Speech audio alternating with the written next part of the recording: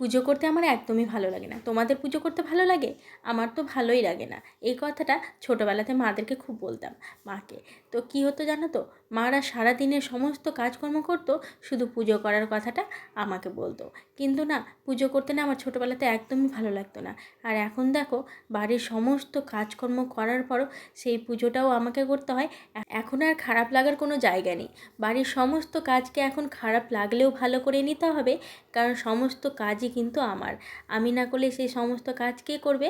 তো আজকে যেহেতু বৃহস্পতিবার, তো পুজো করছিলাম, তো সেই পুজোর বাসনগুলো মাজতে মাজতে তোমাদের সাথে এই কথাটা শেয়ার করলাম যে ছোটোবেলার কত স্মৃতি কথা মনে পড়ে যায়।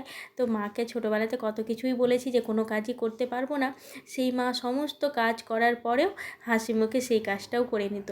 আর এখন দেখো, এখন সেই সমস্ত কিছু দায়িত্ব আমাদেরকে একা হাতে পালন করতে হচ্ছে। সেই জায়গাটা থেকে মায়ের কথা খুব মনে পড়ে যে মাকে আগে আমরা কত কিছু বলেছি, এখন দেখো সেই সমস্ত কাজ সেই আমাদেরই একার সংসারে এসে আমাদেরই ঘাড়ে পড়েছে।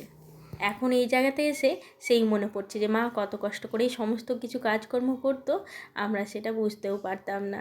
আমাদেরকে কোনো কিছু বুঝতে না দিয়ে সমস্ত কাজ নিজেই হাসি মুখে সমস্তটা করে নিত, তাও কোনো খামতি রাখতো না। এখন সেই চেষ্টাটাও আমাকে করতে হবে, আমার সংসারে যাতে কোনো কিছু অপূর্ণ না থেকে যায়।